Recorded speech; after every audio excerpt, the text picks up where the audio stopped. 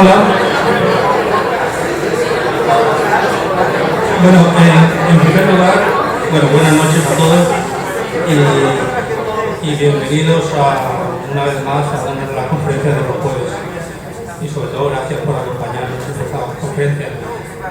Como ya sabéis mucho, pero algunos que no hayan venido nunca, los jueves es una agrupación de asociaciones que tengo aquí en la lista: Rotary Club, Vinci, Grupo Cronos, Club Liberal, Colegio de Ingenieros Civiles, Asociación Bernardo de Galvez, Hermandad de Veteranos de la Fuerza Armada y Guardia Civil, Asociación Cultural Segri, Asociación Málaga Siglo XXI, Museo Interactivo de la Música, Fundación Civil Malagueña y Federación de Casas de Comunidades Autónomas de España. Y hoy le damos la bienvenida a una nueva asociación, con lo que ya somos 12, que es la International Business Club, que es una asociación de empresarios que son en nuestro grupo. Este es nuestro cuarto año de conferencia y estamos orgullosos de celebrarlo. Y hemos batido además el récord de asistencia, pero claro, no puede ser menos si nuestra conferenciante es alguien como Elvira Roca. Yo no voy a decir nada de ello porque para eso está nuestro amigo Jesús Pérez Lanzar, que la va a presentar. Gracias de nuevo y disfrutemos.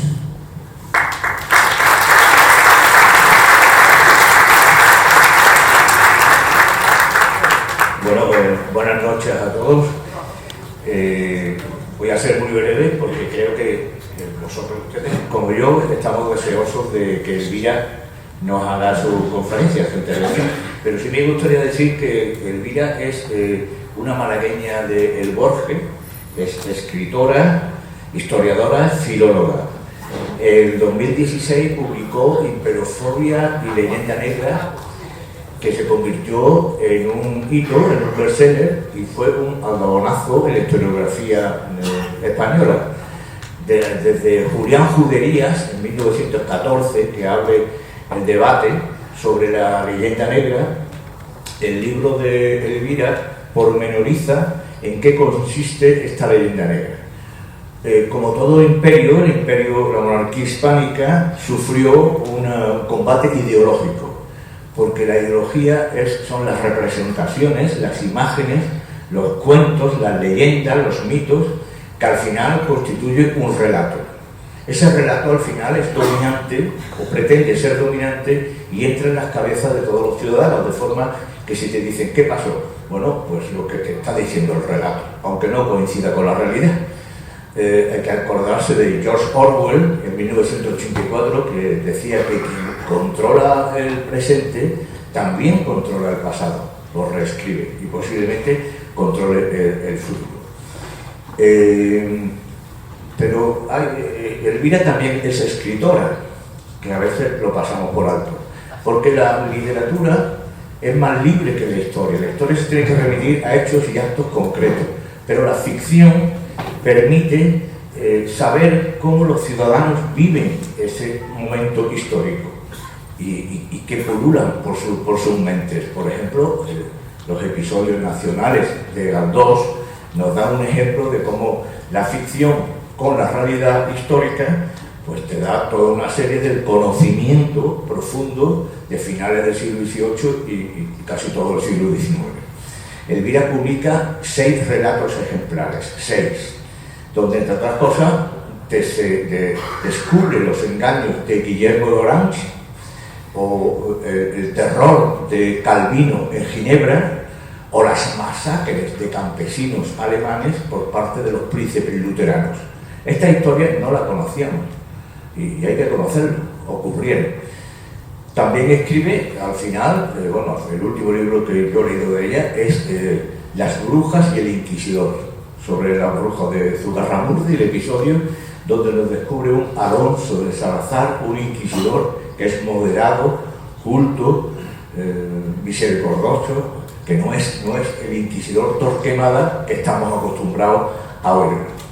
Pero donde es fundamental lo que el libro suyo de fracasología, las élites afrancesadas. En el cambio de dinastía de los Habsburgos a los Borbones, en una guerra de sucesión, que realmente fue una guerra por el dominio de América, con intervención de Inglaterra y Holanda, que se quedan con Menorca y Gibraltar, todavía está.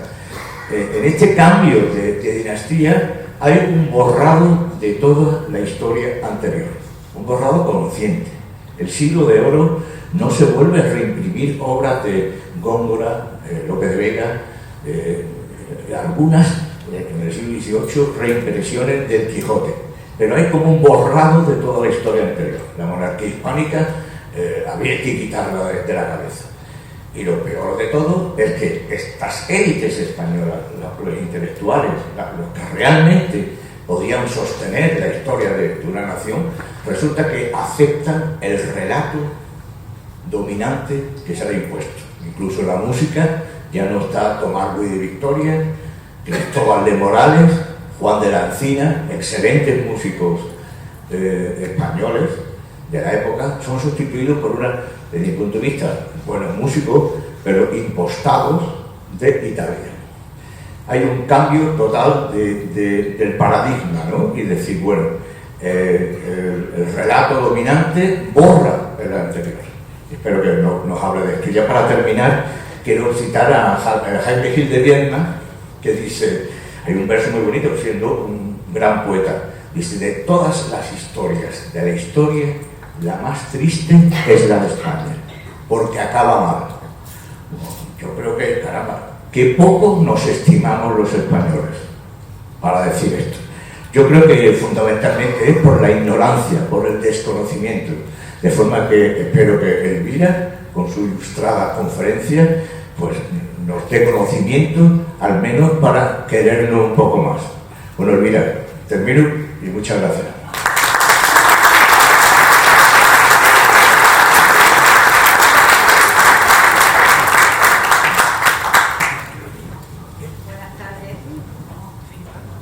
Ahora sí, son buenas tardes. Es una conferencia esta que me causa grandes desazones. Voy a empezar con el protocolo, que es darle las gracias al señor Castellví, el cual estará en algún lugar, pero yo no lo veo, por ofrecer su hotel, su magnífico hotel, con tanto cariño a estas empresas culturales del Club Liberal, esta y otras. Y también quiero agradecer a Miguel su presentación y al señor Lanza, con que hemos estado a punto de tener un desencuentro a cuenta de su actividad como mozo de espada. He decidido que lo mantengo en el oficio. Antes de empezar a meterme en harina, voy a romper una lanza a favor de Torquemada. Torquemada no tuvo en su vida una actividad, no es el monstruo sanguinario que la mayor parte de la gente cree. La única peculiaridad suya, ¿sí? ¿Se oye bien? Es Torquemada el que, bueno, yo no sé si ustedes lo oyen bien, pero unas veces me oigo más fuerte y otras me oigo más bajo. Y temo o dejarles sordos o que no me den. Me voy a mantener aquí. No, que vamos a matar a alguien. Luego van a demandar al señor Castellví por sordera generalizada. Torquemada es el que le hace a la Inquisición española ese estatuto legal que la convierte en una institución de la monarquía. Es decir, la única peculiaridad que tiene la Inquisición española frente a otras, y no voy a entrar en esto porque no es el tema, pero es él el que escribe esos estatutos que hacen que la Inquisición dependa del rey de España y no del Papa. Entenderán ustedes que tuvo, cuando Alejandro VI se dio cuenta, o sea, el Borgia, de que le había metido un gol por las escuadras, intentó recular y echar marcha atrás y hacer que la Inquisición española fuese como las otras inquisiciones dependientes del papado.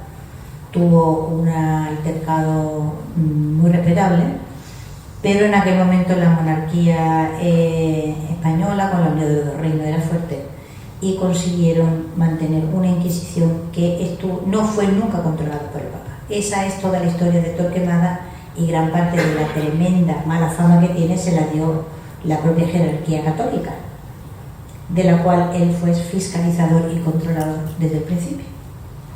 Un detalle. Y en cuanto a lo de toda la historia de la que acabo, es un verso que Hölderlin tiene uno que es exactamente igual, de todas las historias, de todos los pueblos de Europa, la más triste es la de Alemania. Así que me da la sensación de que ese complejo lo ha tenido más de uno. Voy a intentar ir rápido porque me ha salido un título espantoso. Cada vez los hago más largos y no sé cómo arreglarlo. Entre el afrancesamiento, el racismo y la autarquía, las claves internas y externas de la hispanofobia. Bueno, voy a ir rápidamente precisando los términos con los que nos vamos a referir, y aunque tengan ustedes la sensación de que vamos con varios hilos narrativos diferentes, no vamos. Al final se darán cuenta de que todos confluyen o van a parar al mismo lugar. El término afrancesamiento, aunque ustedes se lo encuentran en distintos diccionarios, por ejemplo Wikipedia es así como lo define, que es una palabra despectiva que empieza a utilizarse para referirse a los partidarios de José Bonaparte, los partidarios de los franceses durante la guerra que malamente llamamos de independencia, la guerra que llamamos la francesada, podemos darle muchos nombres, la guerra contra los franceses, ¿no? Pero la realidad es que esto es un fenómeno que es detectable desde muchísimo antes de Napoleón, pero desde muchísimo antes, y ahora después lo veremos, ¿no? ¿De qué gente estamos hablando en el caso concreto de la guerra contra el francés? Porque claro, este es un tema, el tema del afrancesamiento es un tema que está absolutamente por desbravar en la historia de España.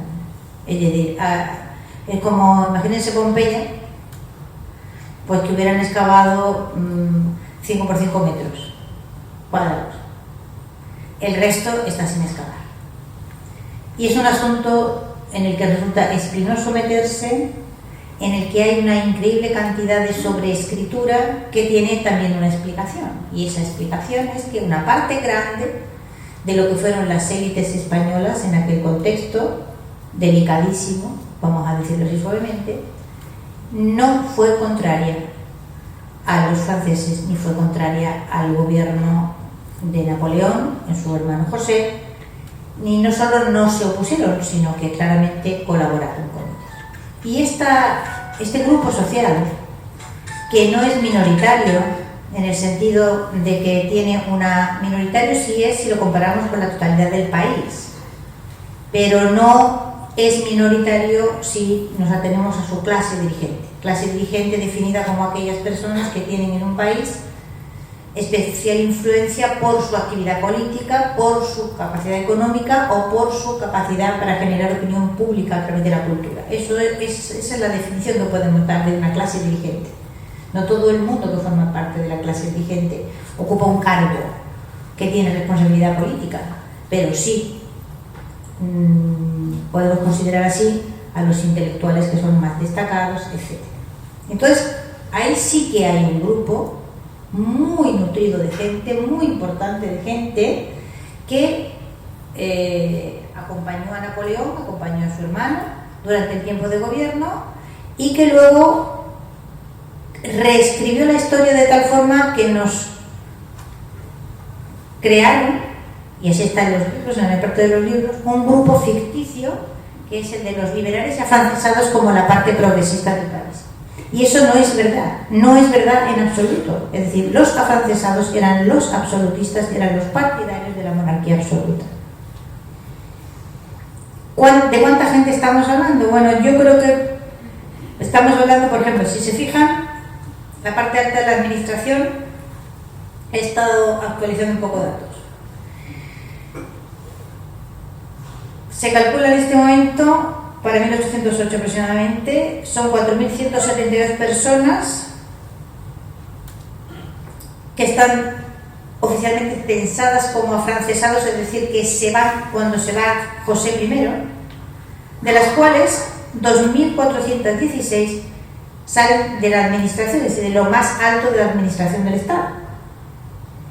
O sea, es el 57,9%, casi el 60% de los cargos dirigentes de la administración son partidarios de los franceses. Y esta gente que se va, 252 eclesiales de tal, 99 nobles, y decimos 99 nobles y nos quedamos tan frescos. No, 99 nobles, no cualesquiera nobles. No cualesquiera nobles. Cuando se hacen las capitulaciones de Bayona, en este momento creo que hay 44 o 45 casas grandes de España. Los grandes de España, saben ustedes que es un grupo de la nobleza, que es lo más alto de la nobleza. Más de 40 de estas casas nobles están presentes en Bayona y le rinden pleitesía a Napoleón. Es decir, no estamos hablando de grupos socialmente insignificantes, con poco poder o marginales. Y esta gente, tal como se va, cuando se va José I, vuelve a entrar en la década ominosa, de la cual los liberales algo saben, y recuperan todos ellos los cargos que habían tenido, sin más. Entenderán ustedes que ese grupo social no va a quedar oficialmente, a pesar de que, digamos, el pueblo llano los ha insultado, los ha caricaturizado y les ha cantado las más tremendas infamias. Pero eso ha sido el pueblo llano. Y el pueblo llano es una cosa que puede mantener su memoria durante un cierto tiempo, de hecho la ha mantenido. Yo en mi pueblo recuerdo las historias de las luchas contra los franceses y en el barranco del Patatín lo que pasó, y cuando en la Charata mataron un destacamento y quemaron a los franceses con los caballos en el horno del vecino de mi casa. Todas esas historias nos han llegado. Pero esa memoria es frágil porque la que permanece al cabo de un cierto tiempo es la que se escribe, las grandes instituciones académicas, las universidades, etcétera, etcétera, etcétera. Entonces se ha escrito esa historia al revés, según la cual los afrancesados eran la parte progresista del país. No, la parte progresista del país eran los liberales, que aparecieron de repente en Cádiz como si no hubieran surgido nunca. Era una cosa fantástica, porque ustedes ven la prensa de los 10 años anteriores o los 20 años anteriores, y en España no hay liberales, no existen. O sea, y de repente, ¡pum!, hay liberales por todas partes. ¿Y dónde estaban metidos? Debajo de las piedras. O sea, como un grupo social que en un momento determinado es capaz de provocar un cambio importantísimo en la historia. Es un cambio en el concepto de soberanía, es un cambio, es realmente dejar atrás el antiguo régimen en el cual la soberanía residía en el rey, era el rey el dueño de la soberanía nacional. Es un giro copernicano. Eso pasa en Cádiz, y lo llevan a cabo unos señores que están la más preparados. ¿Y esta gente dónde estaba? Pues si se entendieron ustedes en mirar los padres de la Constitución de Cádiz, verán que la mayor parte de ellos son hijos de comerciantes de medio pelo. Es decir, hay que bajar de nivel social para entender qué es lo que ocurre en Cádiz, ¿no? Entonces me interesaba que estos datos los tuvieran claros, para que se dieran cuenta que ese 57,9%, que yo creo que es más, bueno, estoy dando los datos de cuando empezó el régimen, libros de 2000, ¿vale? Yo creo que son más. No podemos considerar que ese grupo, al que hemos llamado afrancesado, que se marcha, que lo vuelve y tal, surja en este momento, de ninguna de las maneras, y la literatura no nos lo permite, porque ya están perfectamente dibujados o definidos por José Cadalso en las cartas marrocas, y Cadalso se nos muere en 1782. Es decir, Cadalso se muere mucho antes de que hubiera un Napoleón por el mundo, ni soñara siquiera con llegar a cabo. Y como he copiado solamente uno de los párrafos formidables con los que Cadalso se ríe de la imitación servil, estúpida, que hacen en Madrid algunas damas, él va con las damas, pero también lo hacen los caballeros, de no solo las costumbres francesas, sino los modos de hablar de los franceses, como si fuese el francés su lengua materna y estuvieran traduciendo del francés al español al hablar. Tan bien saben francés, ¿no? Hablan bien francés tan bien que al hablar español se les nota. Ustedes no se asombren para nada, porque don Preciso, en un momento determinado, ¿vale?, cuenta que hemos llegado a tales extremos de aculturación que el prohibir, o sea, que se llega a prohibir en los conservatorios que se enseñe en español. Esto ha ocurrido en España. Y lo malo no es que haya ocurrido, lo malo es que no se sabe. Por eso digo que esto es como Pompeya, donde se ha excavado solamente un 5x5. Hay que excavar mucho más. Dice Cadalso, con una gracia enorme, está esta señora por la mañana escribiéndole a su hermana, hablando con su hermana. Dice, hoy no ha sido día en mi apartamento hasta mediodía y medio, a midi e de mí.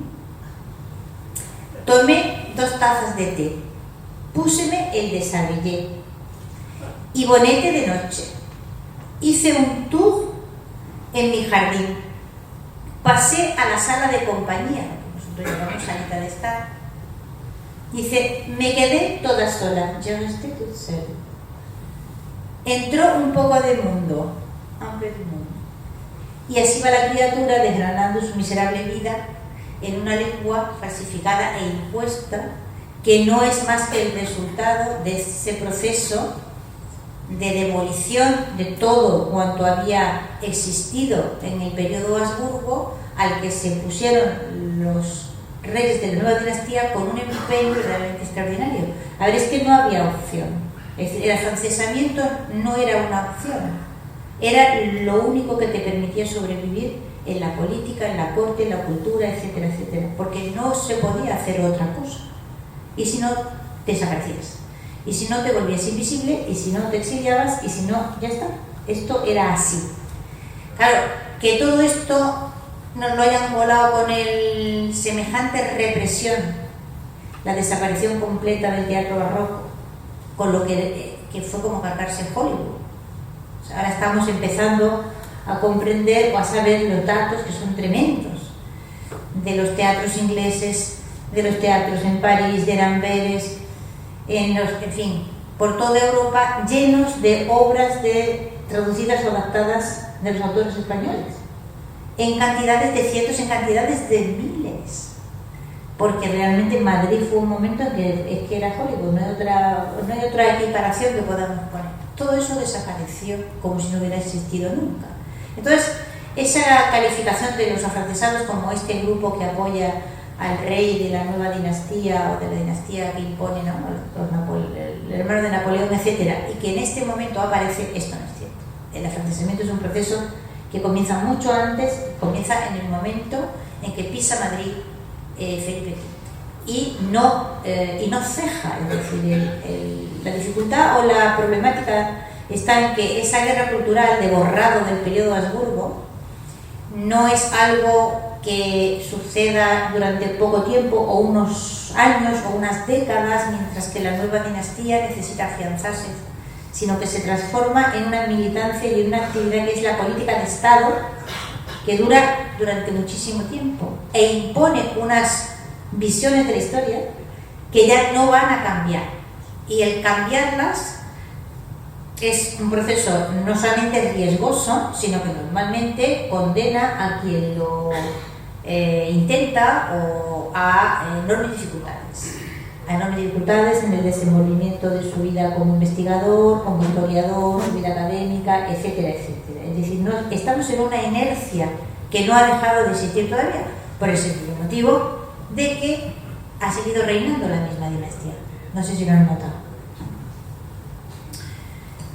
En medio de esto, o sea que no es una pequeña cosa de la que estamos hablando, en Cádiz, y yo lo voy a volver a contar otra vez, estuve explicando ese silencio historiográfico que comienza con la llegada de Felipe V y que tiene una duración larga de más de un siglo, en el que en España no se escribe historia. Cuando digo España, digo América, porque todavía es la gran monarquía hispánica. No se vuelve a escribir historia en la que se mencione a los Habsburgo. Es un silencio historiográfico atroz, que dura más de un siglo. Pero con ser grave esto no es lo más grave. Lo más grave es que no se ha estudiado y a 2024, 2025 sigue sin haber investigaciones, ¿vale?, que nos permitan comprender. Yo abrí lo que pude en fracasología, pero hice pues eso, como las investigaciones de las arqueológicas, no hice una cara y miré para abajo a ver lo que había y el león es infinito. Entonces, si no se estudia historia de España y no se escribe en España, ¿dónde se escribe y quién la escribe? ¿Qué es lo que estudia un estudiante español, cualquiera, español, mexicano, en la capital virreinal de la Nueva España, en 1745? Pues que eso hay que saberlo. Para comprender cómo estalló el sistema, digamos, imperial de la gran monarquía, hay que comprender las varias generaciones que se han ido creando en los años anteriores y qué características tienen. Porque si no es imposible comprender cómo ocurrió lo que ocurrió y cómo se produjo la balcanización enloquecida y el sistema de, y el estallido aquel de guerras civiles que no ha parado todavía. Es decir, hubo un estallido en ese momento de la crisis napoleónica que fragmentó la enorme monarquía y ese proceso no se ha detenido, en su país tampoco. Es decir, estas son las reverberaciones de aquel Big Bang, lo que está pasando en España ahora mismo, pero esto está pasando en América también, y en varios países de una manera clarísima. Pero nos empeñamos en mirar para donde no vemos, a estudiar cosas que no nos conciernen y a no estudiar aquello que sí nos concierne y que sí nos ayudaría quizás a comprender el por qué están ocurriendo las cosas que están ocurriendo ahora mismo. En medio de este afrancesamiento obligatorio hay que tener en cuenta que este afrancesamiento tiene una serie de características. Bueno, en el caso de España, del mundo hispánico todo él, porque esto es, bueno, no saben ustedes, iba a darle un ratillo al tema del afrancesamiento mexicano, pero ya se me iba a ir esto por las... O sea, esto que hay aquí, pues está en cada uno de los virreinatos, tal cual, en las mismas condiciones y de la misma manera. Con el afrancesamiento viene eso que llamamos ilustración, que tenía y que se va desarrollando en todos los países de Europa según sus propias características, pero aquí los novatores, que era, digamos, nuestra avanzadilla en el camino hacia esa ilustración, quedaron también borrados del mapa y la ilustración adquirió todos los caracteres del afrancesamiento. Se confundieron y se mezclaron de tal forma que nos resulta difícil distinguir a los unos de los otros, porque si eres un ilustrado parecía que por definición tenías que ser un afrancesado, y si no eras afrancesado es que no eras ilustrado. Y entonces ahí se confundieron churras con merinas y no hubo forma luego ya, o ha sido extraordinariamente difícil el poder separar lo uno del otro. Luego vino la santificación de la ilustración como algo... Creo que esto es una vida. Llevo un rato mirándolo, intentando si creía que era algo para dar. La santificación de la ilustración también he podido ver que uno de los monstruos que se alimenta en ese hábitat es el racismo. El racismo. El título de esta conferencia era Afrancesamiento, Racismo y Autarquía, ¿no? Ahora vamos al racismo. ¿El racismo se inventa con la ilustración? El racismo es una cosa normal de la especie humana, que existe y ha existido siempre en todas partes. Para no llamarla racismo, Levi Strauss la llama, en aquellos casos en que se manifiesta en lugares en los que, digamos, en otros tiempos y espacios, en otros continentes y en otros siglos, la llama xenofobia primaria. Bueno, pues la llamemos como, en fin, capachuelo, lo que es algo intrínseco del ser humano, es la exaltación o la consideración de que pertenece a un grupo que es superior a los demás y que los demás son inferiores porque o no comparten Dios o no tienen el mismo pasado, la misma herencia. Esto es una cosa normal, ¿no? Cuando hablamos de racismo con la ilustración, ¿qué característica tiene este racismo que no la tiene, por ejemplo, la de los griegos Los tebanos consideraban que ellos eran hijos de la tierra, de los dientes que había sembrado el dragón. Cadmo había sembrado los dientes de un dragón, y de ellos habían salido ellos, tenían toda la fuerza de los dragones, y eran hijos de la tierra a tal punto que nadie podía ser dueño de esa tierra más que ellos que habían nacido de ella. Bueno, pues como esto hay 20.000 mitos, esto no tiene ninguna peculiaridad ni nada extraordinario. ¿Qué es lo que hace que el de la ilustración sí lo tenga? El componente científico. Es decir, todos los racismos que en el mundo han sido, así de los zulúes como de los aborígenes australianos, como de los griegos, todos han tenido mitos, historias, etcétera, con los cuales se han explicado, se han justificado.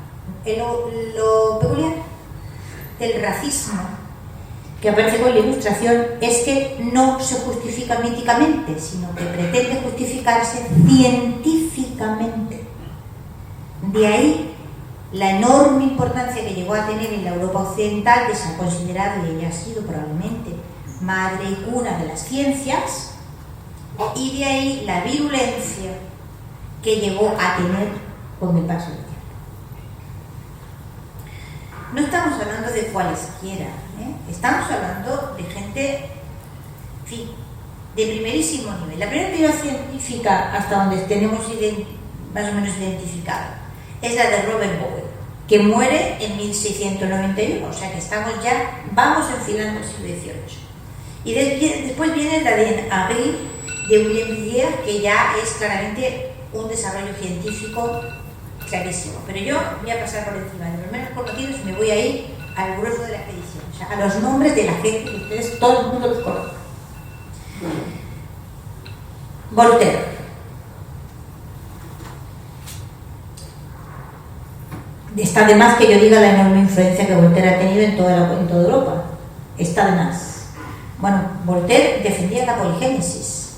Es decir, consideraba que los blancos no pertenecíamos a la misma especie que los negros. O sea, habíamos llegado a confluir en las apariencias externas del aspecto, pero que el origen era diferente. O sea, dos especies que han evolucionado y que han llegado, a tener una conformación física similar, pero que no es una variedad de una misma especie, sino que son especies diferentes.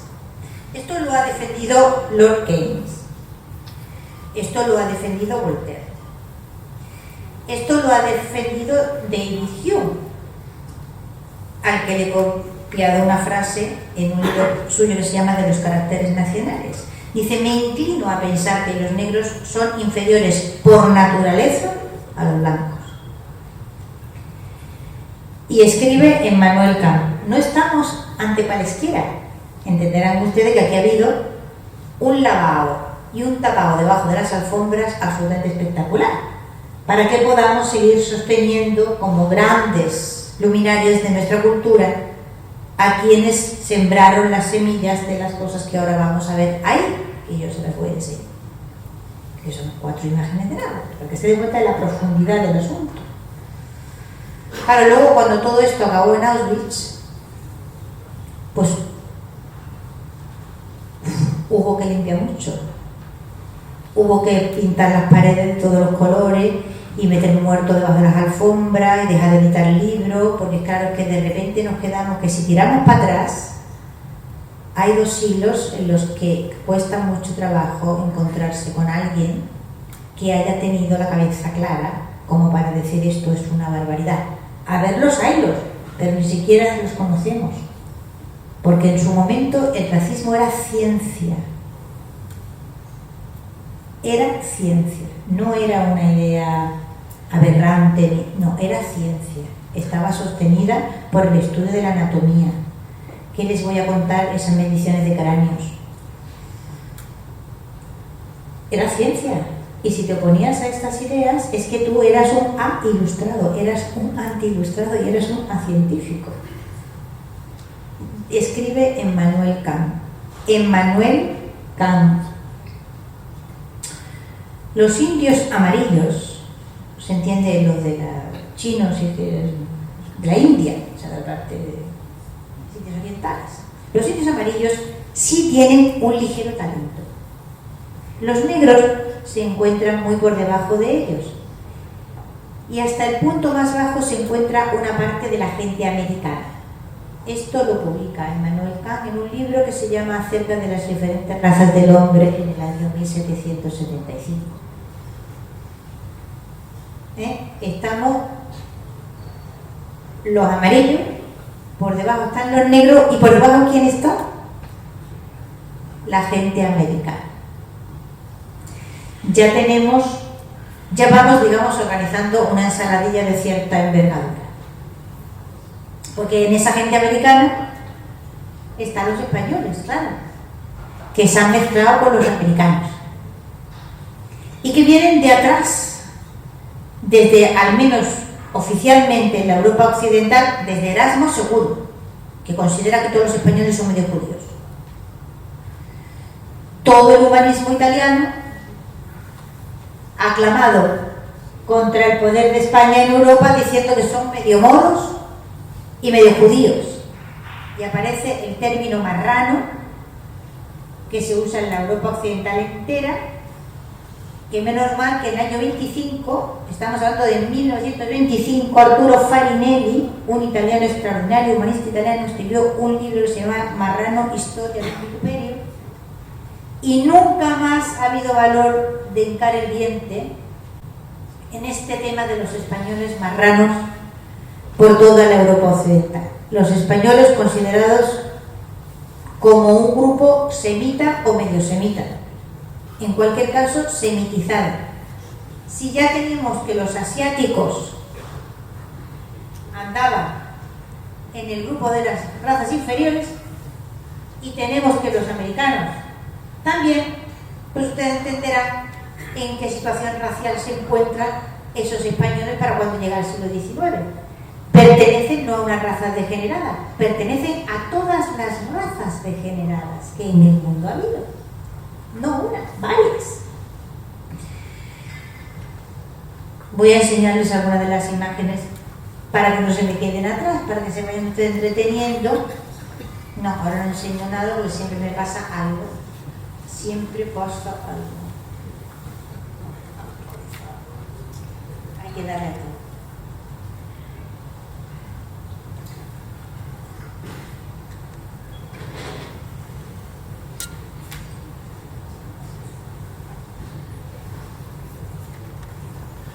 Vale. Bueno, para que no se me quede nada atrás, les voy a enseñar lo que la prensa inglesa enseñaba de Napoleón en España. No lo voy a enseñar mucho ni lo voy a explicar, pero está muy gracioso porque aquí aparecen, digamos, Fernando VII, Josefina, Carlos IV, mientras los mantienen una especie de supuesta burbuja. Es tan fino realmente el caricaturista inglés, porque no hace falta que los tenga muy prisioneros con una burbujilla de jabón que es suficiente para tenerlos ahí cogidos. Y mientras tanto está bombardeando Madrid, ¿eh? Ustedes ven aquí el bombardeo de Madrid.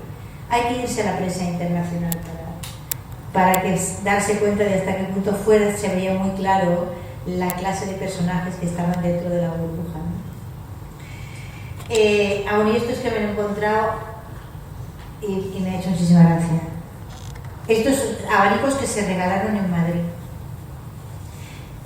con la coronación de Josefina y Napoleón, que ha sobrevivido nada más que ¿lo ven? O sea, las varillas no, pero sí la parte de la tela, ¿no? Como parte de la propaganda cuando llegó José I, ¿no? de la exaltación de la dinastía y todo esto.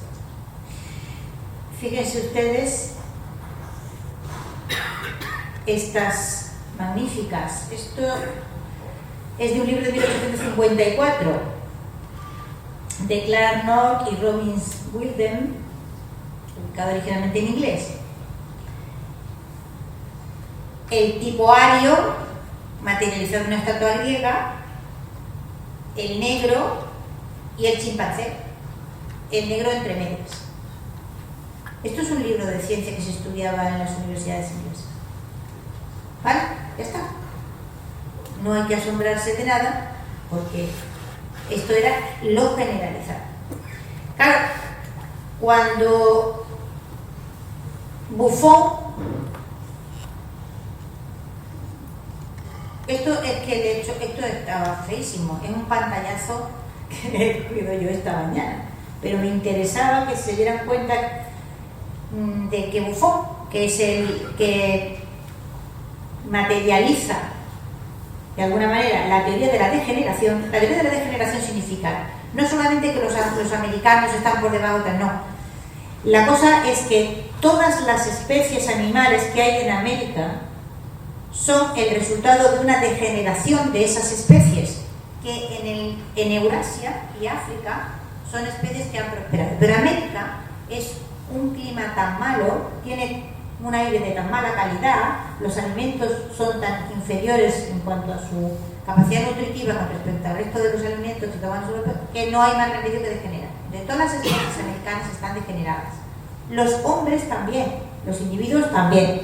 Y eso lo comparte Voltaire, que hace muchísimas gracias y dice que, bueno, que los indígenas americanos, su falta de desarrollo se ve en el hecho de que ni siquiera tienen barbas. O sea que son como criaturas sin virilidad, sin barba, sin la manifestación de las sexuales secundarias, no terminan de desarrollarse. Pero lean lo que dice. Cuando Buffon murió, era una de las personas más famosas del mundo. En París había un enorme estatua en su honor y unas 20.000 personas salieron a la calle en su funeral. Sus escritos fueron tan populares que durante el siglo siguiente siguió siendo el autor francés más popular. Bueno, este señor es el que escribió que todos los humanos de América, incluidas las especies animales, eran seres degenerados, seres vivos degenerados con respecto a los del continente europeo. Pero es que es más gordo, porque la atmósfera, la alimentación, el clima americano eran tan malos, de tan mala calidad con respecto a los europeos, que incluso los europeos, cuando llegaban allí, no tenían más remedio que degenerar. Degeneraban. En una o dos generaciones degeneraban. Así que ustedes entenderán la situación en la que se encuentran para el siglo XIX el mundo hispano-español en su conjunto, habiendo albergado en su interior a todas las especies, o sea, a todas las razas oficialmente consideradas degeneradas por las teorías científicas del racismo.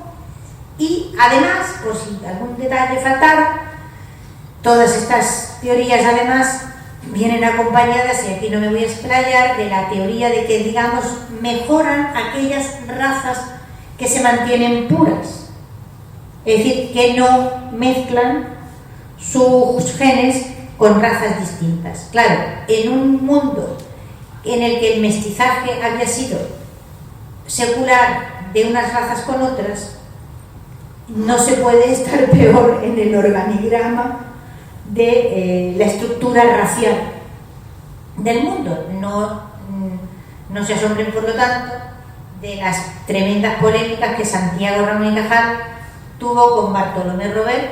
Hay un monumento al doctor Robert en toda Barcelona, porque el doctor Robert sostenía que los cráneos catalanes eran de mejor calidad que los cráneos, con los asturianos era una obsesión lo que tenía, porque claro, partiendo del mito de Don Pelayo y del tema de la Reconquista, se suponía que desde ahí habían partido para el resto de la península, con lo cual si ya venían los asturianos de arriba con los cráneos estropeados, pues lo que vino después no podía ser bueno de ninguna de las maneras.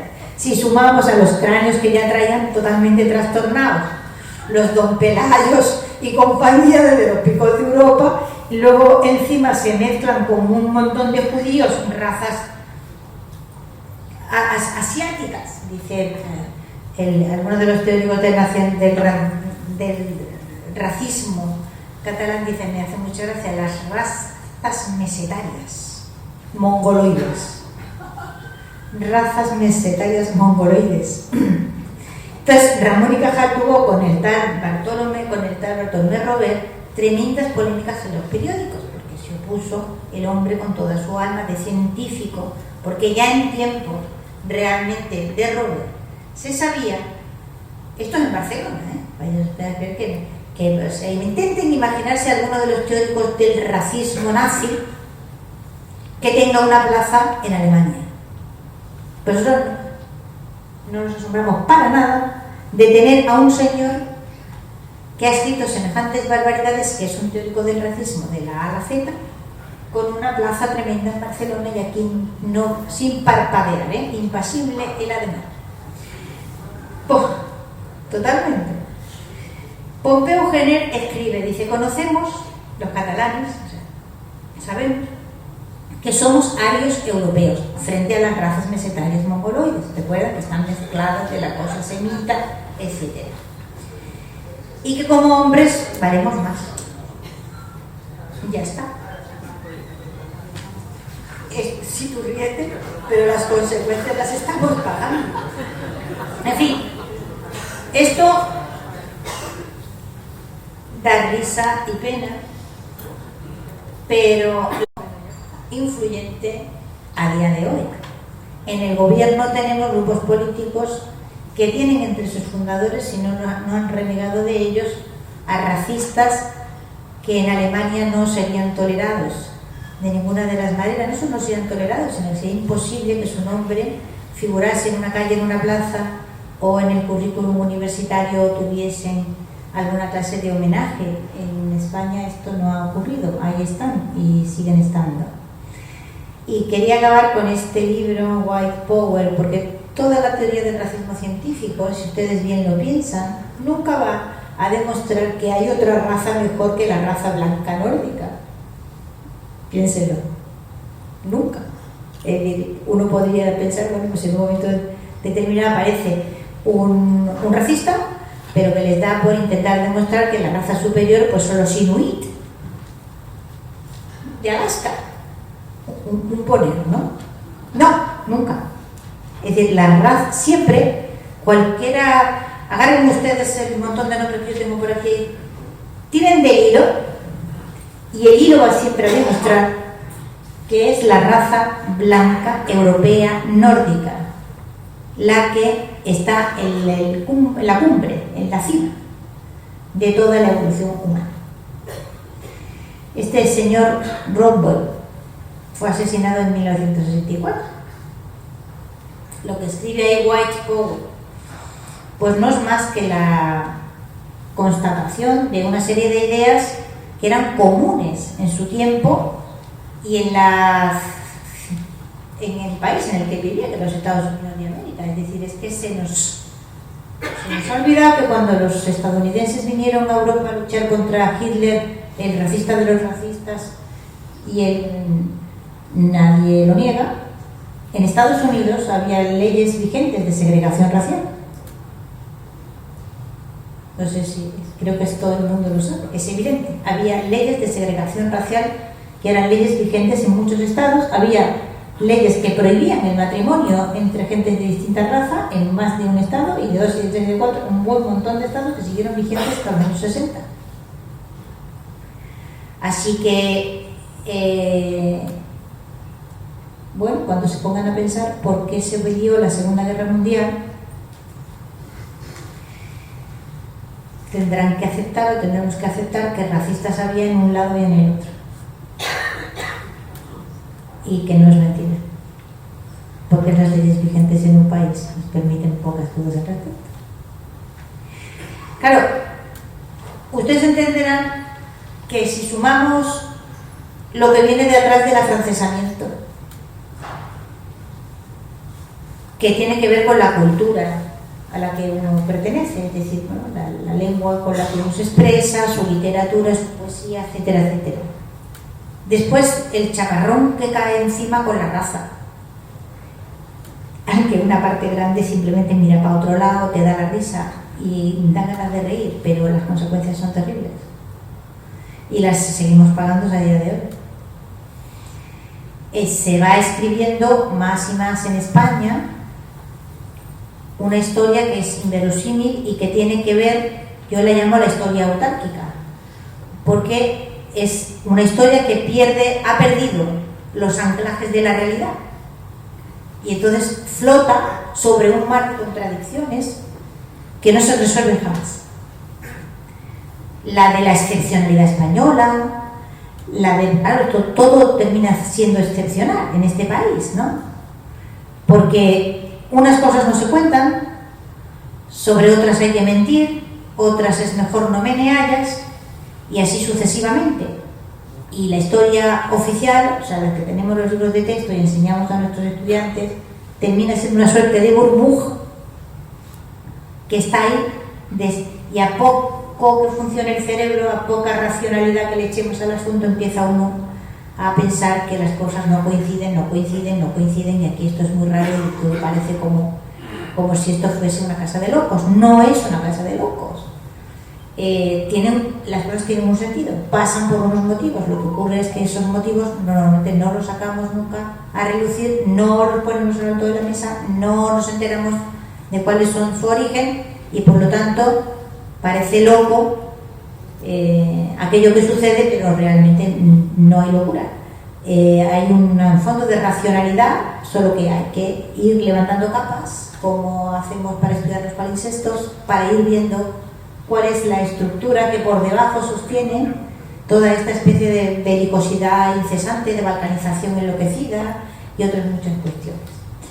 Y yo con esto voy a terminar. No sé si alguno de ustedes ha sido breve, lo había prometido, porque me dijo el señor Pérez Lanza que lo mejor era que ustedes me preguntaran y yo les voy a intentar contestar en la medida de mis posibilidades. No sé si con esto les he alumbrado un pelín sobre la cantidad de muertos que hay en los sótanos, que hay que sacarlos y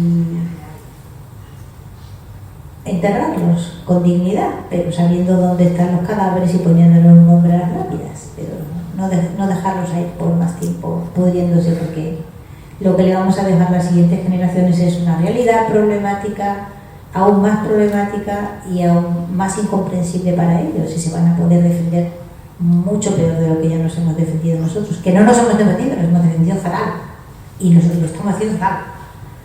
Pero, en fin, creo que es una labor mínima de humanidad con las generaciones nuevas, el intentar que no vayan más a ciegas de lo que ya hemos sido de nosotros, que ya hemos sido bastante. Gracias.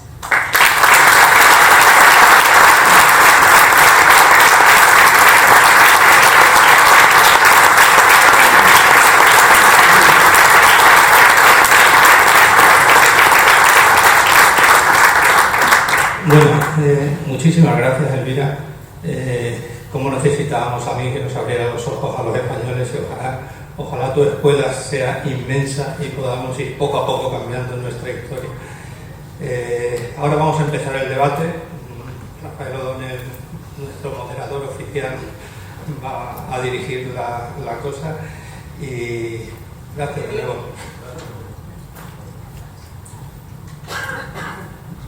Muchas gracias, Elvira. Siempre me sorprende. Yo creía que no, pero así es. Magnífica, enhorabuena. Bueno, ya ahora queda que ustedes hagan preguntas a Elvira, y lo que sí les voy a pedir, por favor, somos muchos, seguramente hay mucho interés, muchos querrán hacerle preguntas, pero repito, hacerle preguntas.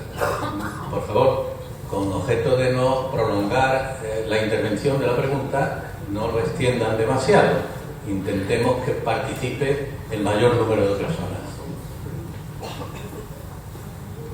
A ver, un micro, por favor.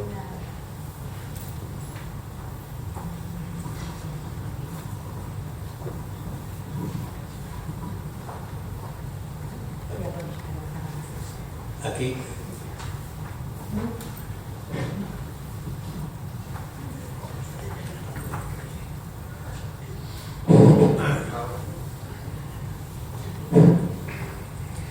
Elvira, muchas gracias por poner el foco en estos temas tan interesantes, pero cambiando la dirección de la luz del foco. A veces las mismas cosas se pueden ver desde otra perspectiva, y tú nos has ayudado mucho con tus publicaciones y con esta presentación. Yo creo que te referías en esto último que has dicho, quizás a personas como Sabino Arana, y quizás también algún catalán los más actuales, algunos están vivos todavía, ¿no?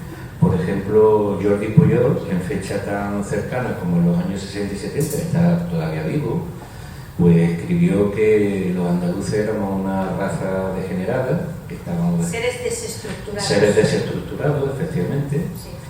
Y que si los andaluces se hicieran dueños de la situación, pues toda la raza catalana degeneraría. Pero cuando nosotros estábamos, imagínate, mongoloide, Exactamente. Entonces, bueno, esas cosas, esos polvos, estos lodos, ¿no? Entonces parece ser que ahora pues también somos extranjeros en tierra catalana, no solo los extranjeros de otras nacionalidades, y que corren peligro, la raza catalana y el pueblo catalán corren cierto peligro de desestructurarse, y por eso pues tienen que tener también las competencias en materia de extranjería, ¿no? Así que es verdad que estas cosas llegan hasta la actualidad, ¿no? La pregunta que quería hacer es la siguiente.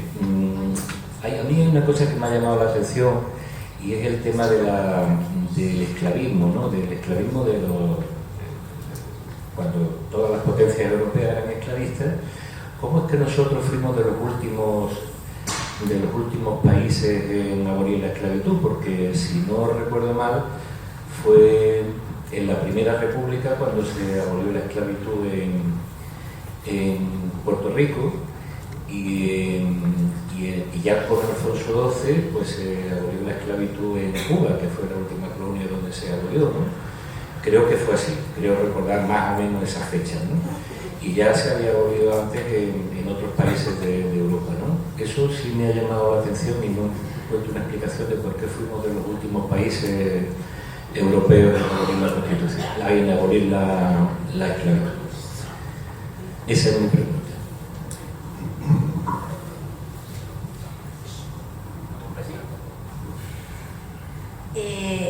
A ver, Juan José, el asunto no es que si seamos extranjeros o no seamos extranjeros en Cataluña. Yo soy claramente independentista. Yo ya vamos, no sé cómo escribirlo, lo he escrito ya 3 o 4 veces en 3 o 4 artículos y ya no sé cómo decirlo.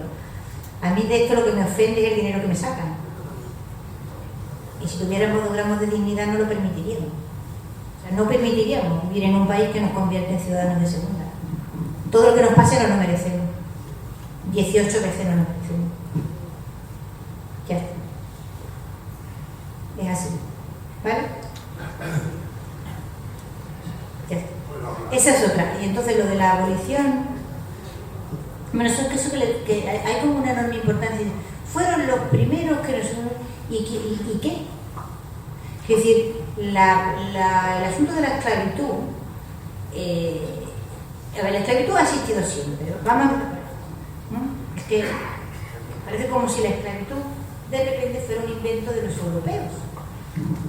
No. La esclavitud había en todos los continentes. En los 5 continentes había esclavos. América estaba llena de esclavos antes de la llegada de los españoles, África estaba llena de esclavos antes de la llegada de los europeos, y en Asia estaba llena de esclavos también. O sea, esclavos había en todas partes, punto. Y lo hubo durante décadas, siglos. El mundo clásico está lleno de esclavos. Esclavos tenían los cartagineses, tenían los romanos, tenían los griegos, tenían los egipcios, tenían los sumerios. Todo el mundo tenía esclavos. Y como decía Ortega, el que inventó la esclavitud fue un benefactor de la humanidad. Porque antes se mataban a los enemigos cuando acababan la guerra. Y a alguien se le ocurrió un día que a lo mejor no los mataba y que podía servir de ellos de fuerza de trabajo. Y entonces no veas tú cómo subió la demografía. Pero hasta que alguien llegó y tuvo el chispazo, 2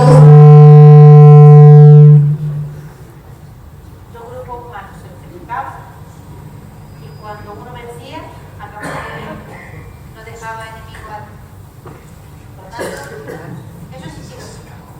Ahora, luego, la reacción contra la esclavitud sí fue. Y a eso se me da el bélico para hacer algo.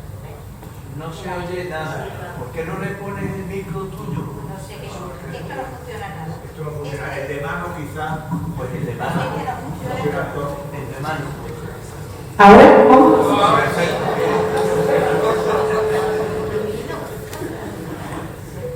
Ya, bueno, esto es fatal. Me lo voy a poner a prudente.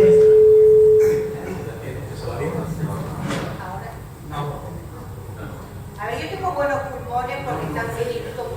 ¿Me escuchan ustedes sin más? ¿Ahora?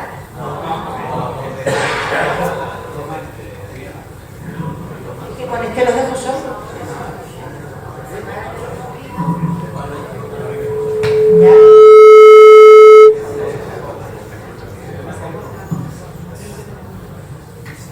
A ver si ahora puede ser. Ya, no, es que esto tiene una sala muy... se va la voz para atrás. Entonces, este asunto de que se ha abolido antes o después, es decir, no hubo, por una cuestión, digamos, que tiene que ver con la mentalidad católica, fundamentalmente, en el mundo católico, una actividad esclavista comparable a la que hubo en el mundo anglicano. No la hubo. Entonces, en un momento dado, pues se abolió, pero tampoco esto había sido una... Gonzalo Catarino tiene un libro sobre un tratante de esclavos malagueño, ¿vale? Ser un tratante de esclavos era un desdoro y era algo que se ocultaba, estaba socialmente mal visto, y las lonjas de esclavos que hubo en España resistieron muy mal. En Málaga hubo una, en el mercado de Tarazana, que existe la calle Los Negros, que era donde se iban a vivir los negros manomitidos, y estaban los mercenarios, los frailes de la Merced, la Plaza de la Merced, que se pasaban el día reventando los precios en el mercado de esclavos. Entonces, la actividad de la trata o el comercio de esclavos daba muchos problemas. Hay que reconocerlo. O sea, la Iglesia Católica ha podido ser, y lo es, dan ganas de matar a alguien de vez en cuando, pero hay otras cosas que hay que reconocerse.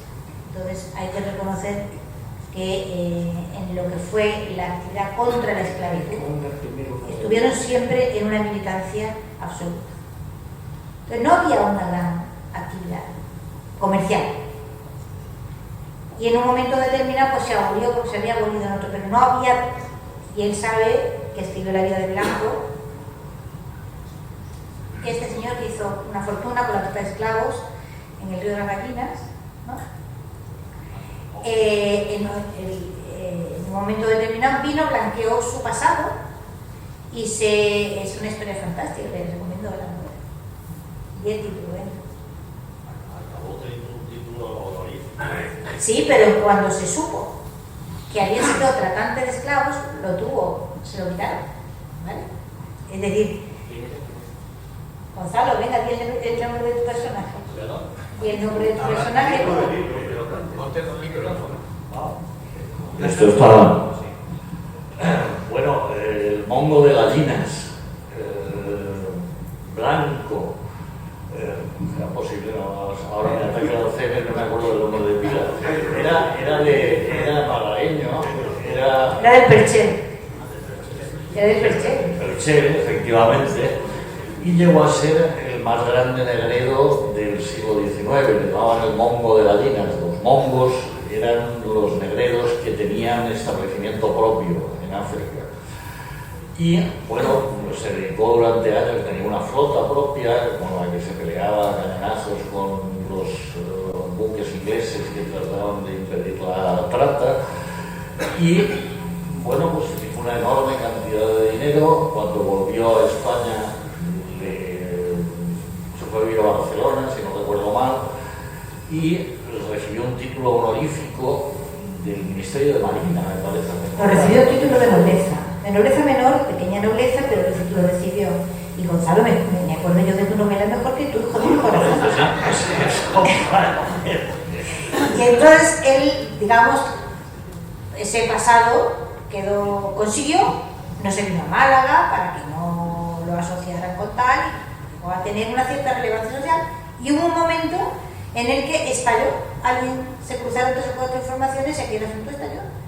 Y le quitaron el título y lo condenó al más absoluto ostracismo social. A la fortuna no se la quitaron, claro, eso no se podía quitar, pero nadie lo recibía, nadie salía con él en una foto ni en un nada de nada. Entonces, es decir, el hecho de que la abolición fuese más tardía, eso no es indicativo de que si hubiera un comercio de esclavos tremendo. No lo hubo nunca. ¿De acuerdo? Pues quería hacerte una pregunta, vamos a ver, referente a la coartada científica del racismo. En principio, en el siglo XVIII, pues eso es, la coartada del racismo es una coartada científica. ¿Tiene eso algo que ver con el atraso habitual, ya centenario, de la ciencia en España? Porque en España, en el siglo XVIII y en el siglo XVII incluso, hay figuras importantísimas pero aisladas. Uno de los 4 primeros microscopistas europeos, de los grandes microscopistas europeos, es un español. Pero eso desaparece sin dejar rastro aparentemente. ¿Qué relación hay entre en fin, el predominio, ese predominio de la cultura francesa, que en la época de Napoleón ya lleva un siglo en España, y el atraso científico del país? El país no ha tenido nunca atraso científico. Nunca. Vamos a ver, ¿tú sabes quién es Francis Mojica? ¿Verdad? Francis Mojica, ¿sabes quién es? No, pues yo te voy a decir. Francis Mojica es un tío al que no le han dado el premio Nobel en el 19, creo, no sé si es el año antes o después de la pandemia, ¿vale? Porque es español. Porque es español y vive en un país que no tiene ni capacidad de influencia en el exterior, ¿vale? Ni sabe cómo se construye un premio Nobel, ni sabe cuánto se genera a partir de que le dan a un país un premio Nobel en cuanto a visibilidad exterior, etcétera, etcétera, etcétera. Es decir, que vive en un país con un serenidad. Vive en un país en el que se creen que invitando a comer a 3 en Estocolmo te dan un premio Nobel. ¿Vale? Empezaron los de la princesa de Asturias, que le negaron el premio. ¿Por qué dándose un premio a las farras? Si le das un premio, hombre, ¿cómo va a ser lo mismo que darle ser un tío de Alicante? En la vida jamás. Tú le das un premio a un par de señoras estupendas de fuera y el premio queda engrandecido. ¿Dónde va a parar? ¿Vale? Antonio y yo, Antonio, levántate. Vamos a dar un... sobre la ciencia en España. El problema de la ciencia en España es simplemente que la mayor parte de los españoles con formación científica desconoce el nombre de sus científicos. Y solo si se van fuera y solo si tienen reconocimiento fuera, son conocidos en su propio país. Esa es toda la historia. En este país no ha habido atraso científico nunca.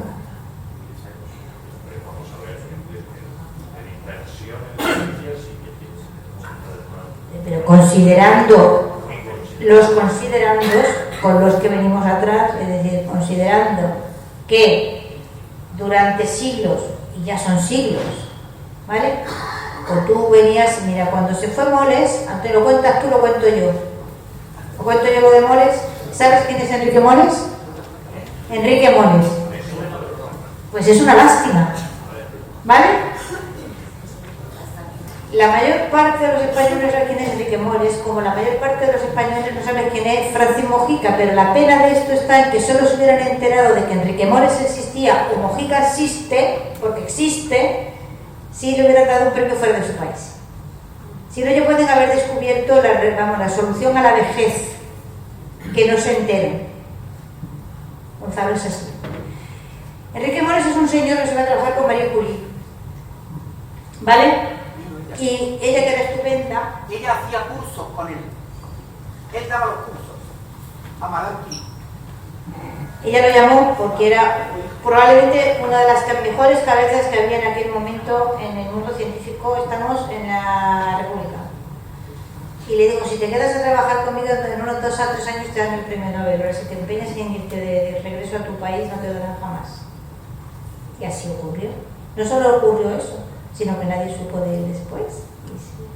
Enrique Moles pasó a la historia, pero fue responsable, pues Antonio me va a corregir si me equivoco.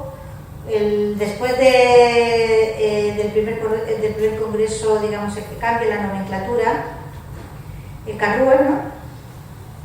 Bueno, eso es mucho antes que Moles. Sí, pero entiéndeme.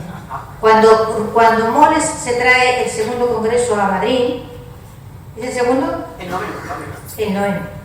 En un momento determinado fue lo suficientemente importante como para traerse el gran, digamos, congreso internacional europeo que se hacía sobre física química a Madrid. Después de la Primera Guerra Mundial. Después de la Primera Guerra Mundial. Y se pegó el pisto de dar la bienvenida a las delegaciones extranjeras que llegaron, a cada una en su propio idioma. Desde el búlgaro al japonés. Era un máquina Moles. ¿Por qué no conocemos a Moles? Esa es la pregunta. La pregunta no es qué atraso científico tenemos, no. La pregunta es ¿por qué nosotros no conocemos a nuestros científicos? Porque yo año tras año en mi instituto, cuando ejercía, yo que enseñaba lengua y literatura, dedicaba una semana siempre a intentar explicarles quiénes habían sido los grandes científicos españoles, y eran gente que nadie, ninguno de sus profesores de ciencia les había explicado que existían. Y cada vez que hablo de Francis Mojica, que lo tengo sobre mi espíritu, porque yo esperé durante varios años a que hubiera talento suficiente como para comprender que Francis Mojica, si no le daban el premio Nobel, era contra Dios que no se lo dieran. Y sabía que al final no se lo iban a dar porque era su propio país el que iba a impedir que se lo dieran, a base de ser torpes como mulas, a base de estar lamiéndole las suelas a cualquiera que venga aquí para que le den un premio, etcétera, etcétera. Luego la pregunta no es dónde está la causa del atraso científico, el problema está en dónde está la causa de eso. ¿Vale? Esa es mi opinión.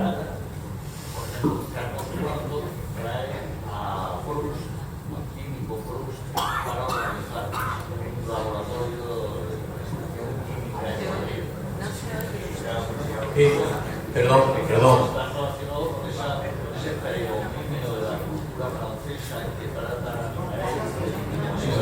Gonzalo, perdona. Es que si no entramos en un diálogo, pero se trata de luego tenemos el cóctel. Es porque no había científicos en España. Eso es por el mismo motivo que los profesores del conservatorio, ¿vale?, tenían que hablar en francés. No es porque dice había guitarristas buenos en España y muchos músicos buenos en España en el 18, escandalosamente buenos, maravillosos, reconocidos fuera de su país. Sin embargo, había que enseñar en francés en los conservatorios. Bueno, ahí tenemos otra persona que quiere hacer una pregunta. Señora, he escuchado hace un poquito que la esclavitud se abolió en España hace muy poco, relativamente poco tiempo. Y yo tengo una opinión que quiero contrastarla con usted. En el año, todavía vivía el rey Fernando, cuando proclama las leyes de Burgos, y en las leyes de Burgos, me parece que en 1504, 1505, se prohíbe tajantemente la esclavitud en España. Eso aparece también. De los negros no. Mire, de los negros no en principio. Bien, yo le quiero preguntar, y luego en cuanto al pesimismo que muchas veces tenemos los españoles, le pregunto si no la gesta de la civilización de América y Filipinas no es una de las gestas más importantes de la historia de la humanidad. A ver, a mí me parece que hay un siglo, digamos, en que los reinos ibéricos, todos los reinos ibéricos, pues como decía Toynbee, caballero, le he perdido, no sé dónde está usted. Ah, vale. Los ibéricos son la avanzadilla de la civilización occidental, de eso no cabe la menor duda. Es decir, cartografía en el mundo. El mundo estaba restringido a una serie de rutas comerciales y de intercambios que llevaba hasta así prácticamente de los tiempos del Imperio Romano, y no había prácticamente cambiado. Y de pronto aparece el mundo. que el descubrimiento de América no es el descubrimiento de América, el descubrimiento de América es el descubrimiento del mundo. Juan Sebastián Elcano mide el planeta, lo mide y no se equivoca. Posiciona los continentes. Y el planeta no ha cambiado de tamaño ni los continentes de posición. Es un conocimiento adquirido para siempre. Es decir, el mundo moderno, el mundo actual, ese mundo nace, claro, con la actividad de los españoles de entonces y de los ibéricos. Pero yo estoy en la obligación de decir que no se líen ustedes, que esos españoles de entonces eran esos españoles de entonces y no son ustedes. Es que andamos por la vida con un nosotros y ese nosotros es insostenible. Ese nosotros es como si los romanos que viven ahora en el Trastevere dijeran: nosotros conquistamos la Galia. No, perdón, usted tiene una tratoría en el Trastevere y se ha acabado. Esos españoles eran aquellos españoles. Que se llamen como nosotros nos llamamos ahora no tiene nada que ver. Nosotros, por no ser capaces, no hemos sido ni siquiera capaces de gestionar su historia como es debido. Ni eso hemos sido capaces de hacer. Así que nosotros vamos a intentar separarlos y dejarlos a ellos ahí, que ellos sí que hicieron realmente cosas extraordinarias en el mundo. Nosotros no hemos sido capaces ni siquiera de darles un lugar decente en la historia, que ya es de la realidad.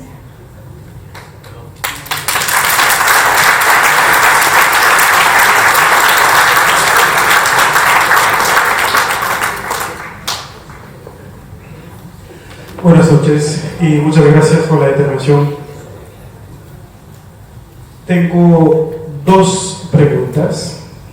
De paso, en la presentación, yo soy Gastón, soy de Haití. Por tanto, sus relatos sobre la historia que estás contando es parte de mi historia también. No sé si no entendí bien después del comentario reciente que ha dicho que no existió el comercio de la esclavitud. No sé. Ok, muchas gracias. Sí, claro que existió. Ok. Ahora bien, me convence la asociación del afrancesamiento con la ilustración y la estrategia, si me permiten utilizar ese término, la estrategia de la élite de la época en España para sobrevivir, afirmarse, en cuanto a asociarse con lo que La Fontaine llamaba la raison du plus fort est toujours la meilleure, la razón del más fuerte es la mayor. Por tanto, ¿qué sería de la ilustración en la época? No cuestiono a Voltaire, a Rousseau, que admiro, pero ¿qué sería de la ilustración en la época sin el poderío militar y económico de Francia? Como también nos podríamos cuestionarnos hoy con relación al inglés y la acogida de McDonald's y demás. Pero más aún, en América Latina, que acabas de mencionar, el caso de México, que no era solamente el caso de México, sino el caso de muchos países de América Latina, en cuanto todos los intelectuales intentaban, por lo menos, incluso los políticos, salir con alguna frase, alguna expresión en francés para afirmar su intelectualidad. Es la forma de ser acepto, es la forma de ser, de decir, yo soy parte de los que saben. Porque en la época era eso, y a mí me encantan esas normales epocales de la historia del mundo. Que por cierto nunca terminan de pasar de época. En mi país, en Haití, donde se hizo la revolución contra el poderío militar de Francia, precisamente no contra la ilustración y el afrancesamiento que está diciendo, sino contra el trato infrahumano.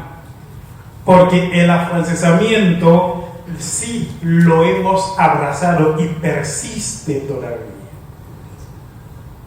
Por lo tanto, es esa en breve la pregunta. ¿Qué sería, y vuelvo a decirlo, qué sería de la ilustración sin el poderío militar y económico de la Francia de la época. Muchas gracias. Vamos a ver. Plantea estas otras cosas que son difíciles de responder rápidamente. El poderío militar francés no es tanto como pudiera parecer. Si tú te fijas, ¿qué época quieres que tratemos? El 18, por ejemplo, ¿no? Si te fijas en el 18, el Tratado de París echa a los franceses de América después de la guerra que es realmente cuando pivota, creo que se firma en el 66 o 67, y Francia ha sufrido una serie de reveses militares muy serios porque ha creado, desde Luis XIV tiene un ejército que supera con mucho la capacidad de recaudación. La Revolución Francesa no se produce porque sí. La Revolución Francesa es el resultado de una ruina económica que tiene dos causas principales.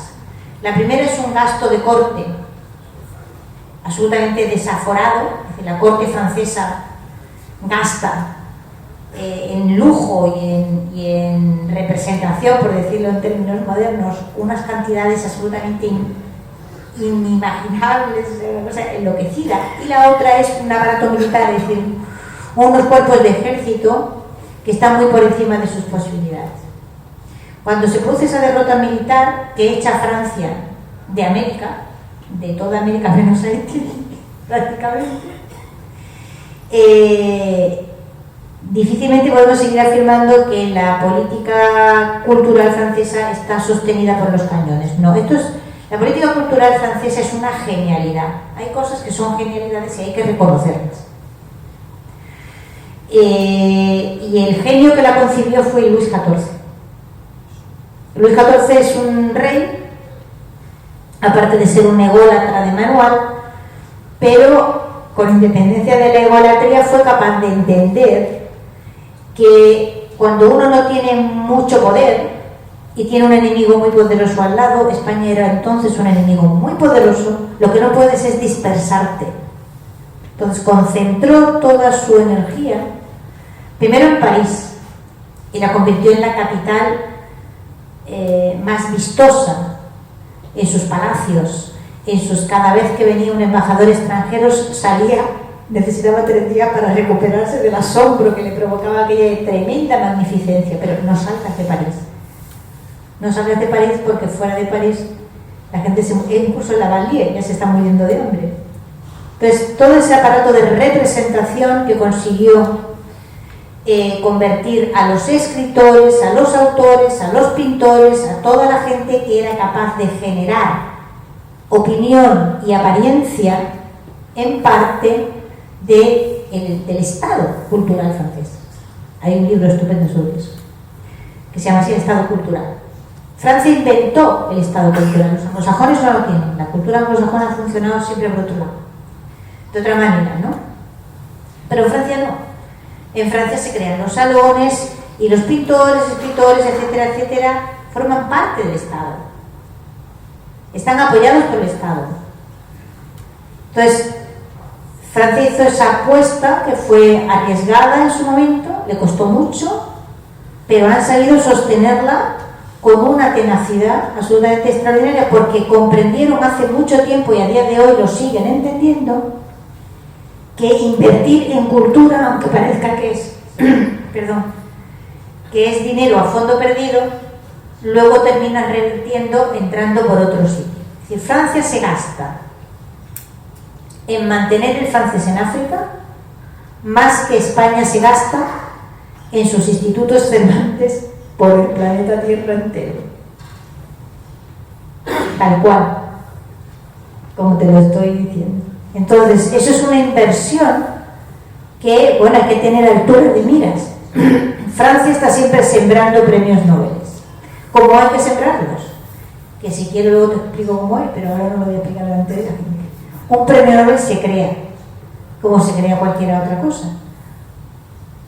son candidatos, uno posiciona a varios de ellos y los promociona a determinadas zonas. Francia tiene siempre 3 o 4 candidatos en la carrera, siempre.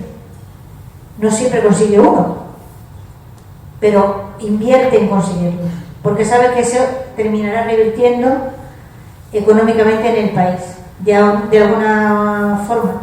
Entonces, la política cultural francesa, que sí hay que estudiarla a fondo y que sí es verdaderamente una genialidad, porque no está sostenida por detrás ni por una potencia económica extraordinaria, ni por un poder militar extraordinario, ni por un... ¿Qué es lo que ha sostenido?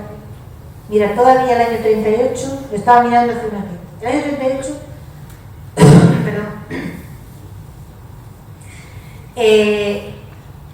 hablamos de los ingleses, y de los estadounidenses. Bueno, pues todavía se conservaba la costumbre en los congresos internacionales de historia y de otras materias, arqueología, etcétera, de llevar un resumen en francés. En el año 38, o sea, Francia ya no pinta ni corta nada en el mundo. Estados Unidos manda en todas partes, la cultura pues todavía. Y sí, están aguantando muy bien, porque invierten y saben sostener esa inversión, defendiendo la presencia de la cultura francesa. O sea que eso, tú dices, ¿hasta qué punto los cañones? Los cañones siempre importan, siempre. Pero en este caso, la política cultural francesa, ininterrumpidamente sostenida desde Luis XIV hasta el momento presente, es verdaderamente digna de estudio.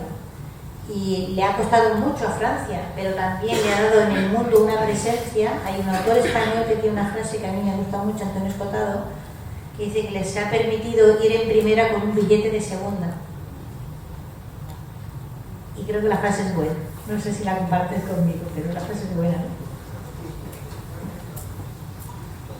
Les iba a recordar que, por favor, cíñanse ustedes a hacer la pregunta con objeto de que puedan intervenir un mayor número de personas.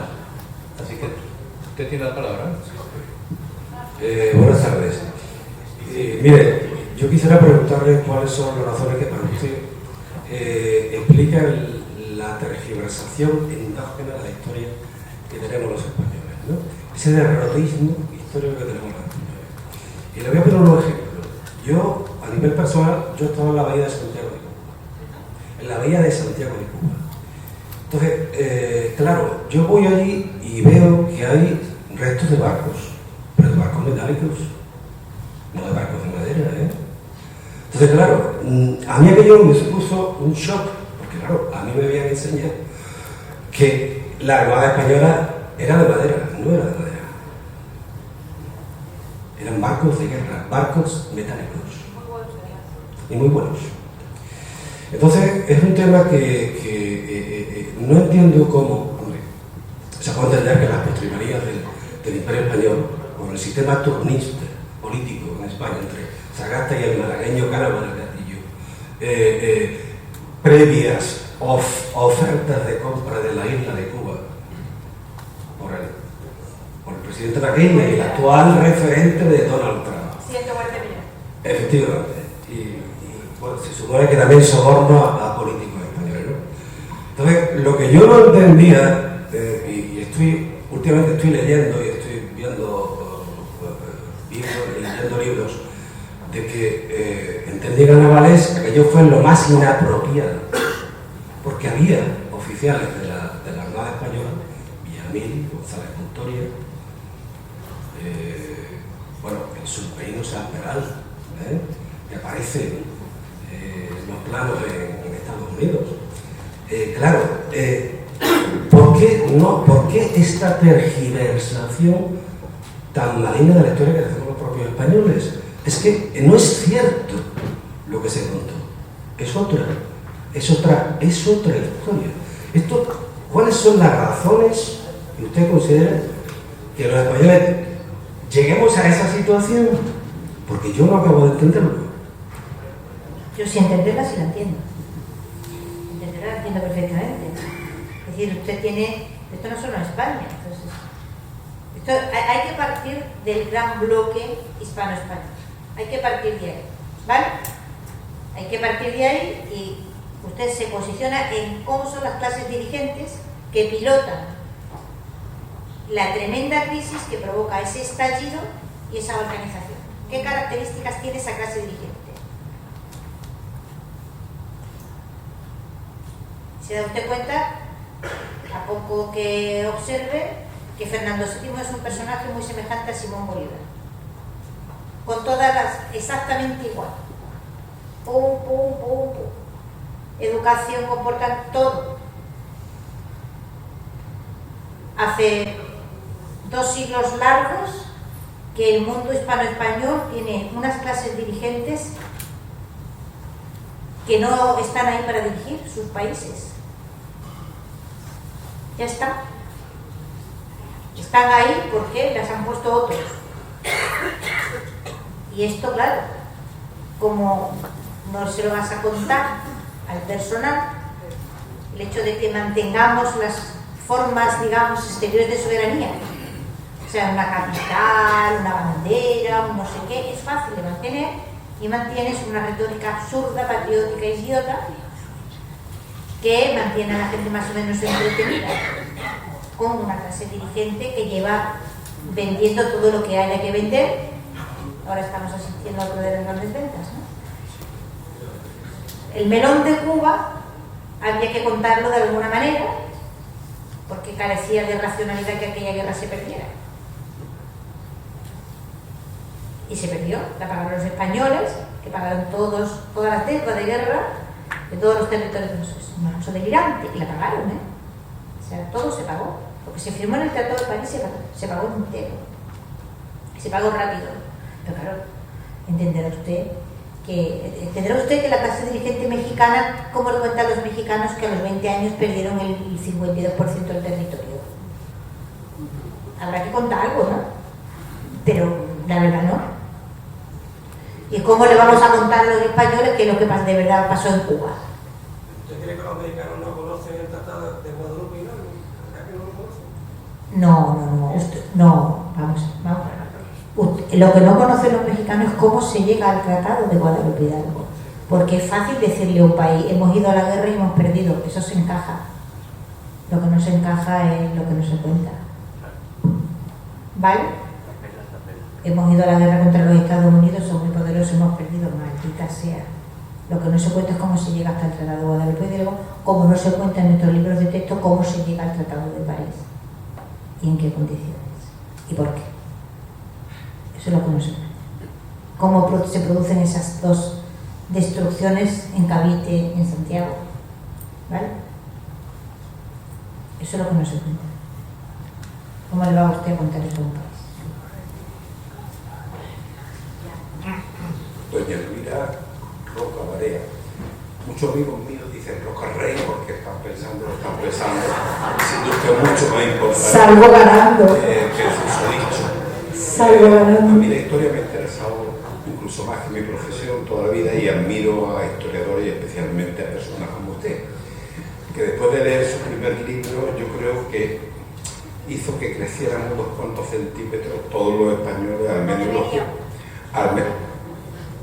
menos los que hicimos el bachillerato ese horrible de Franco. Lo que dicen los españoles de los dos hemisferios es el fracaso de los liberales americanos también y el fracaso de nuestros liberales, que fue el gran proyecto de recrear una confederación hispánica en la que quizás España no hubiera estado, pero desde luego lo que no tiene sentido bajo ningún concepto, porque es que eso va contra la lógica, es que América se fragmentara en 20 naciones. Eso no tiene lógica ninguna. Si yendo todo mal, hubieran aparecido 4, una por cada virreinato, que ya era un estado. Un virreinato era un estado, tenía una estructura administrativa, tenía una administración de justicia organizada, tenía una estructura hacendística propia, etcétera, etcétera. Un virreinato era un estado. Yendo todo mal, sino torpes como mulas. O sea, si las 13 colonias consiguieron unificarse en un solo país y eran 13, caray, solo había que, dejando el asunto inercialmente, sin mucho esfuerzo, ¿cómo consiguieron fragmentar aquello en 20? Pues esa es la gran cuestión que hay que averiguarse. Porque si la América hispana no se hubiera fragmentado en 20, nosotros ahora tendríamos una posición en el mundo completamente diferente. Aunque nos hubiéramos quedado fuera, todas las naciones de América se iban a desgajar de sus matrices hispanas, europeas. Eso era sota caballo, eso iba a ocurrir, porque el mundo caminaba hacia grandes, digamos, poderes hegemónicos que eran imperios continentes. Como Estados Unidos, avanza de una costa hacia la otra, es un imperio continente. Rusia avanza hacia el oriente, es un imperio continente. Esto va geopolíticamente, digamos, las talasocracias tenían sus días contados. Si España era una talasocracia a la bestia total, porque tenía 2 océanos, no 1, 2. Y claro, esto dificultaba enormemente y la hacía muy débil en el momento en que hubiera tenido que enfrentarse a un imperio continente. O sea, España se iba a desgajar. Pero el asunto no es ese. El asunto es por qué América se transforma en 20 naciones. Y al no dar respuesta a esa pregunta, se dedican nuestros libros de texto y los libros americanos. Y todo el mundo que haya en el mundo... O sea, el asunto es que todo el mundo vea como algo natural ese hecho, como un hecho que es completamente normal. No, normal no es. Es una aberración y es una barbaridad. Claro, como usted comprenderá, 500 millones de seres humanos, mantenerlo en ese estado de idiocia, con perdón, que consiste en no haberse dado cuenta, aunque no se planteen ni siquiera sus intelectuales y sus gentes de cerebros más brillantes, ¿esto cómo demonios pudo pasar? Si es que era difícil que pasara, va contra toda lógica. ¿Cómo pudo esto ocurrir? Hay que dejar mucha basura debajo de las alfombras, hay que dejar muchas habitaciones cerradas y hay que empeñarse en mirar por otro lado. Y a esto además los españoles, además de las masas, llevamos desde el 18, pero especialmente militantes, que aquí no interesa nada de lo que pasa. O sea, el desgajamiento de América se produce en el siglo XVIII.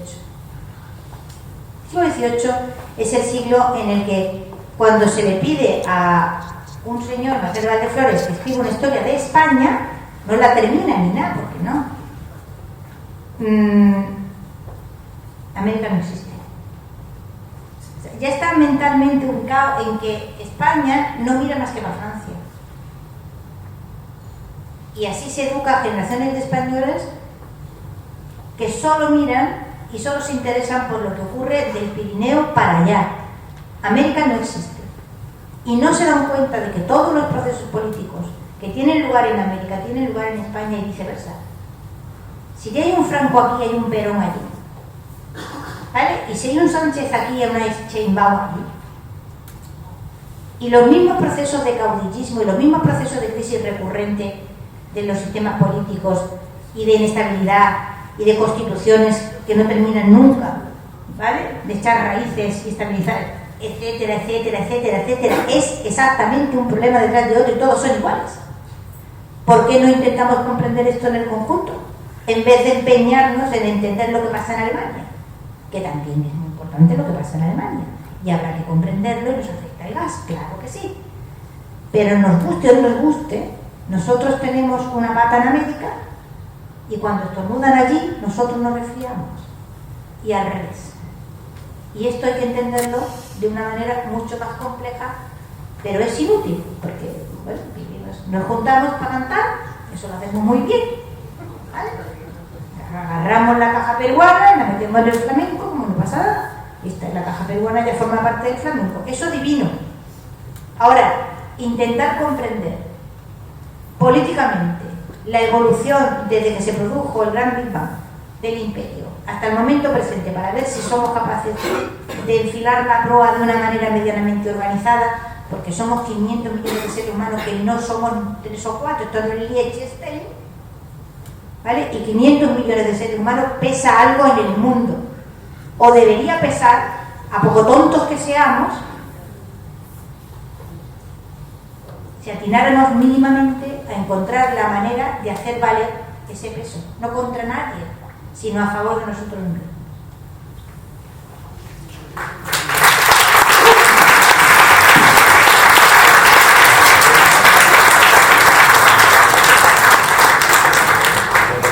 Tenemos 2 personas que hacen preguntas. Si si alguno más, uno o dos más, quieren hacer una pregunta, o pasamos allí y tenemos la oportunidad de seguir la tertulia de alguna manera. Así que tenemos dos personas que van a hacer preguntas y cerramos. Elvira.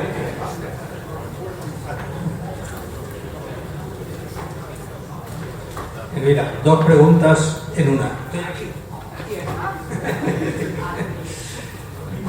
Dos preguntas en una. Ese desconocimiento, sobre todo científico, que tenemos en España de estos científicos, ¿tú crees que la envidia española tiene algo que ver con eso? ¿O la envidia española es mentira? Esa es la segunda pregunta. ¿Y esa envidia es la misma en todos los países?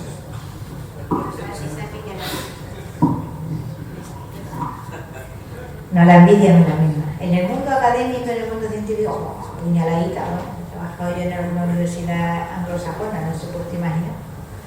No, eso es igual en todas partes. No, esa falta de visibilidad es porque sencillamente, a ver, después de una política que dura no una década o dos, sino que dura siglos, en la que si vales algo es porque imitas, copias, y si tienes un reconocimiento fuera, entonces te miran dentro. Eso ya forma parte de nuestro ser, prácticamente, ¿entiendes?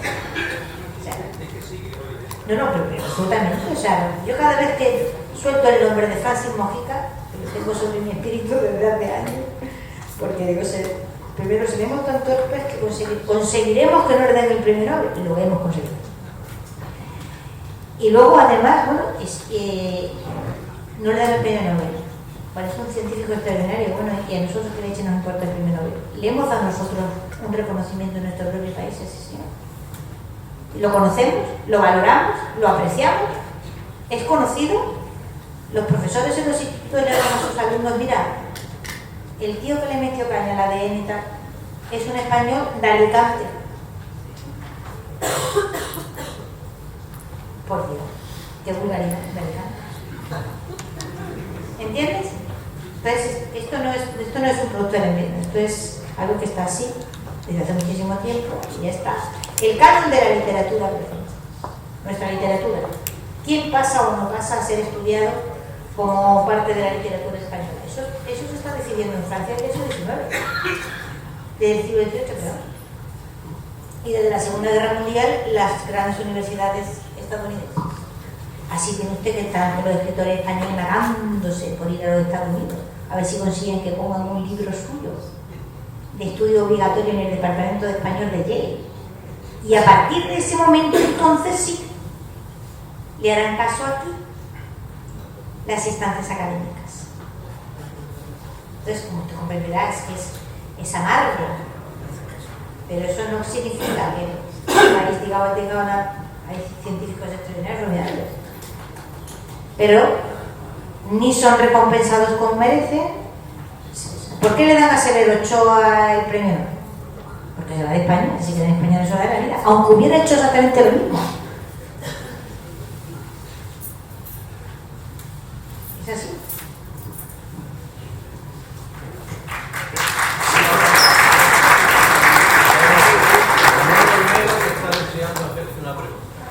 Bien, una pregunta, pero en primer lugar, enhorabuena, una vez más. Tú eres como los viejos vinos, mejoras con los años. Lo de vino, gracias, lo de viejo no te lo perdono. Bien, la pregunta va a ser muy breve, pero exige 4 cuestiones previas. Primera, yo hice un dato.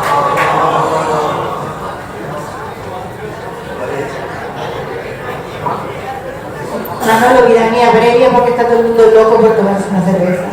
Bueno. No te veo, no sé dónde está. ¿Me ves ya? Vale. Muestra de lo que acabas de contarnos, un verso. Había en Madrid una marquesa que aprendió a estornudar a la francesa. Segunda cuestión previa. En la etapa previa a la guerra de la independencia de Estados Unidos, Francia en 16 años tuvo 15 ministros de Hacienda, lo cual demuestra de que Francia era una nación absolutamente perfecta. Tercera cuestión es que el gran corso... Tú a mí me debes unos papeles que son las copias del archivo, ¿vale?, de los préstamos hechos al gobierno francés.